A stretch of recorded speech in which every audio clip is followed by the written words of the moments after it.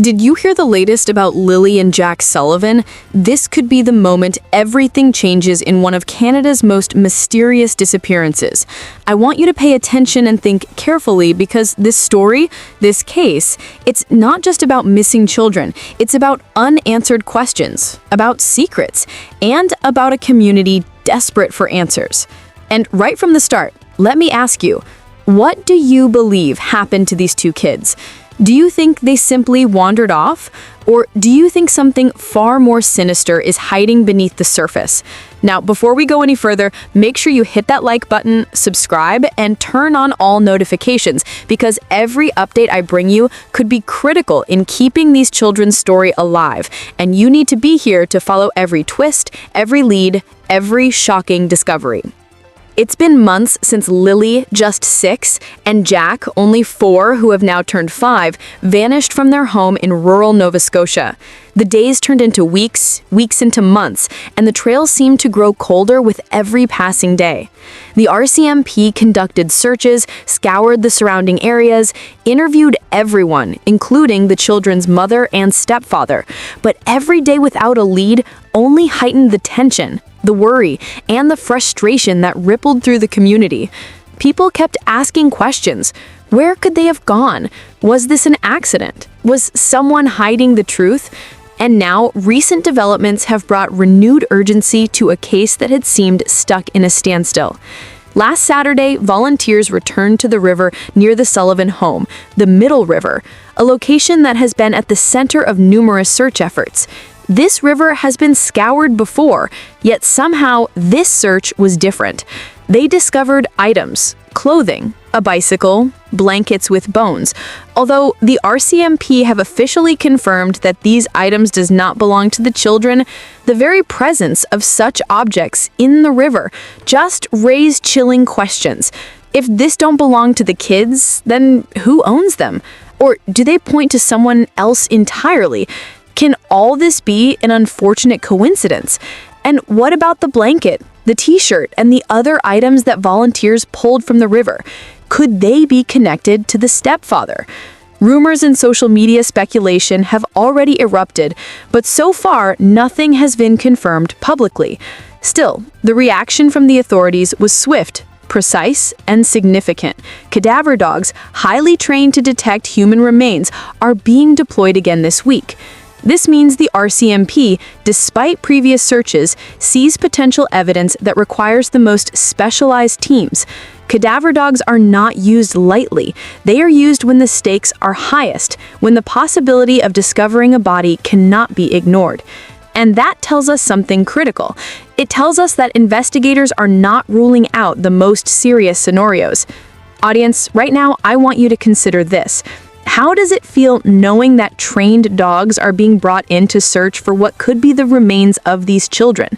What are your thoughts on what this might indicate about the direction of the investigation? And then there's the stepfather, Daniel Martel. Rumors have circulated online about his involvement, or lack thereof, in the disappearance and about whether his family has tried to prevent searches in certain areas. We have to be careful here because nothing has been officially confirmed. Martel has cooperated with investigators, taking polygraph tests and providing information, yet speculation thrives in online forums, social media, and comment sections. And the truth is, while rumors swirl, the RCMP is focused on evidence, not speculation. But consider this, audience. When someone close to a missing person is scrutinized, how much do public perception and rumor influence what the community believes? And more importantly, what do you personally think about the role the stepfather or his family may have played, if any, in this mystery? Back to the river. It is not just water. It is a hiding place, a moving boundary, a conveyor of both secrets and evidence. Water levels change, currents shift, sediment moves, and over time, clues that were once hidden may surface. That is why volunteers keep returning to this location, braving cold waters, uneven terrain, and long hours, in the hope of finding something, anything that could illuminate the fate of Lily and Jack. Last Saturday, the volunteers' persistence brought new attention to items that may or may not be connected to the children. But even the RCMP's reaction, planning a cadaver dog deployment, signals that the river remains a focal point of concern. Audience, think carefully. If the river hides secrets, could it hold the key to finally finding these children? Or are we chasing shadows in the water, grasping at clues that might never lead us to the truth? Imagine the search scene this week. Early morning, the air crisp, volunteers quietly moving along the banks while cadaver dogs sniff every inch of ground, every tree, every bank. These dogs are trained to detect the scent of human decomposition, capable of finding traces that are invisible to the human eye and undetectable by conventional search methods. And now they return, after previous searches covered more than 40 kilometers without finding a trace. That alone should make you pause. Audience, how would you feel if you were a volunteer walking the river this week, knowing that every step, every movement could lead to the discovery of evidence that changes everything? How would you handle the weight of expectation, the hope, and the heartbreak that comes with a search like this? Community involvement has been relentless. People from nearby towns, neighboring counties, and even distant supporters have joined forces, bringing supplies, boats, flashlights, and their own determination to find Lily and Jack.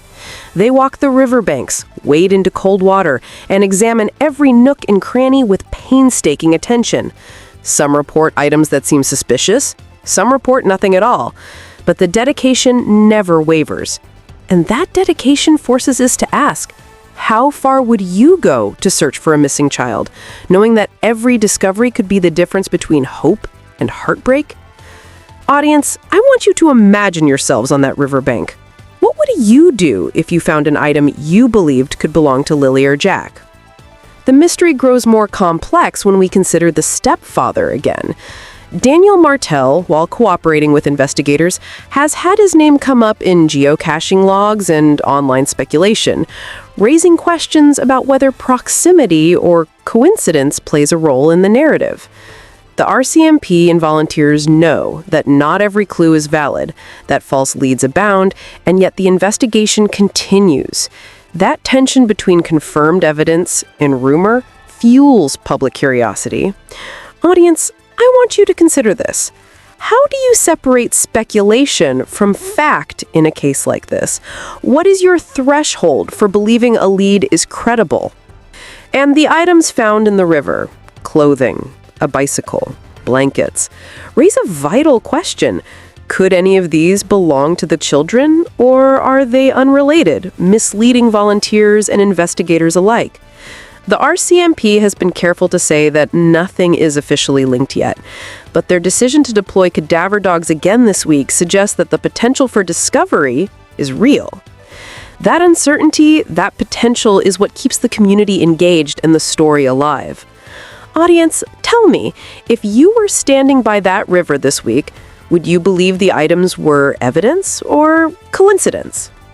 The stakes are even higher when we consider timing.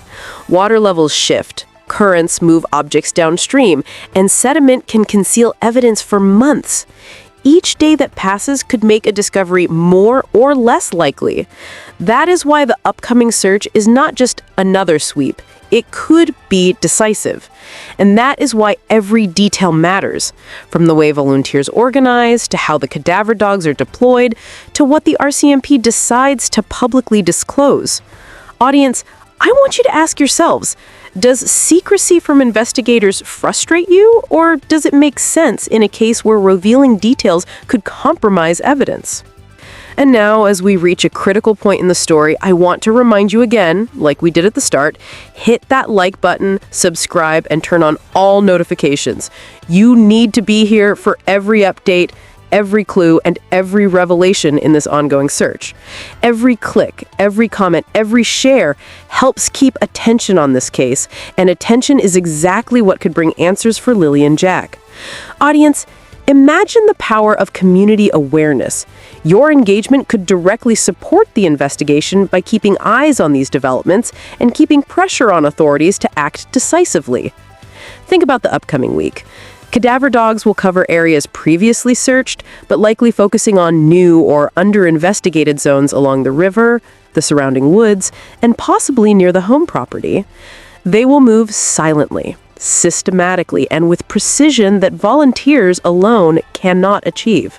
If they alert to a scent, investigators may deploy divers, excavators, and forensic teams to confirm findings. Audience, I want you to consider this. Do you think this week's search could be the moment that answers the biggest questions? Or will it simply add more layers of mystery?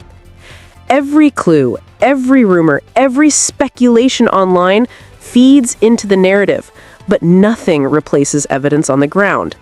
The community continues to organize searches, share observations, and coordinate efforts with volunteers who brave the river and the woods. The combination of local knowledge, volunteer persistence, and professional investigation is what keeps hope alive. And yet, the uncertainty is palpable. What do the authorities know that we don't? And what does the public suspect that might actually be true? Audience, I want you to reflect. What do you personally believe about this case, and how do you separate fact from speculation? Let's return to the stepfather briefly. While his cooperation with investigators has been confirmed, the presence of his name in unrelated logs, rumors online, and the natural curiosity of the public has created a narrative tension. This tension is amplified by the mysterious nature of the river, the items found, and the possibility of human remains detection this week. Audience, I want you to ask, if you were an investigator, how would you weigh public rumor against the evidence you can confirm, and what actions would you take next? As the search unfolds this week, the eyes of the community remain focused on the Middle River. Volunteers are ready, cadaver dogs are prepared, and investigators are on alert. Every movement, every alert, every discovery, or lack thereof, will shape the narrative and influence public perception.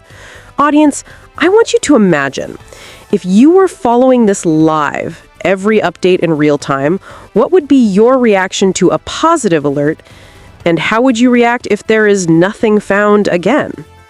Finally, as we reflect on the months of searching, the dedication of volunteers, the persistent questions surrounding the stepfather, and the urgency of the RCMP's cadaver dog deployment, one thing becomes clear. This week may define the case. And as always, your engagement matters. Comment your thoughts, share this video, discuss theories, and help keep attention on this critical investigation. Remember, from the very beginning, we asked, what do you think happened to Lily and Jack Sullivan? From the latest searches, the items found, the river's hidden depths, to the upcoming cadaver dog deployment, these children's story is far from over. And as long as we keep asking questions, demanding answers, and keeping eyes on the investigation, there's hope that one day the truth will be revealed. So audience, before we end, hit that like button, subscribe, and turn on all notifications if you haven't already. Share your thoughts, your theories, and your questions in the comments. Your engagement is critical. Together, we keep this case alive, together we push for answers, and together we honor the lives of Lily and Jack Sullivan. Detective Tim will continue to bring updates, analysis, and insights as this investigation unfolds. Stay alert, stay engaged, and never stop asking questions. Because this story, this search, and this mystery is far from over.